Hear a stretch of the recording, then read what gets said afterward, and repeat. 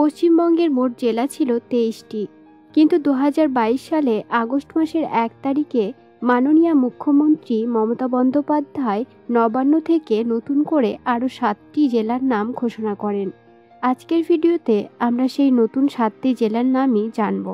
চলুন জেনে নেওয়া যাক সেই নতুন 7টি জেলার নাম কি। মুখ্যমন্ত্রী নিজেই এই নতুন জেলাগুলির নাম ঘোষণা করেন। এখন রাজ্যের মোট জেলার সংখ্যা হলো 30টি, যার মধ্যে 7টি নতুন জেলা। আর সেই নতুন জেলাগুলি হলো: নাম্বার 1 সুন্দরবন জেলা, নাম্বার 2 ইচ্ছেমতি জেলা, নাম্বার 3 বসিরহাট জেলা, নাম্বার 4 রানাঘাট জেলা, নাম্বার 5 বিষ্ণুপুর জেলা, নাম্বার 6 বহরমপুর জেলা এবং নাম্বার 7 কান্দি জেলা। এই হলো মোট 7টি নতুন জেলা, যার মধ্যে দক্ষিণ 24 পরগনায় পড়েছে 2টি জেলা, সুন্দরবন জেলা ও ইচ্ছেমতি জেলা।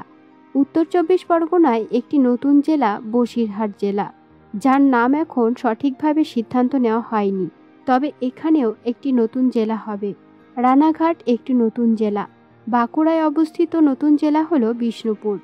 আর মুর্শিদাবাদ জেলা ভেঙে 2টি জেলা তৈরি হয়, বহরমপুর ও কান্দি।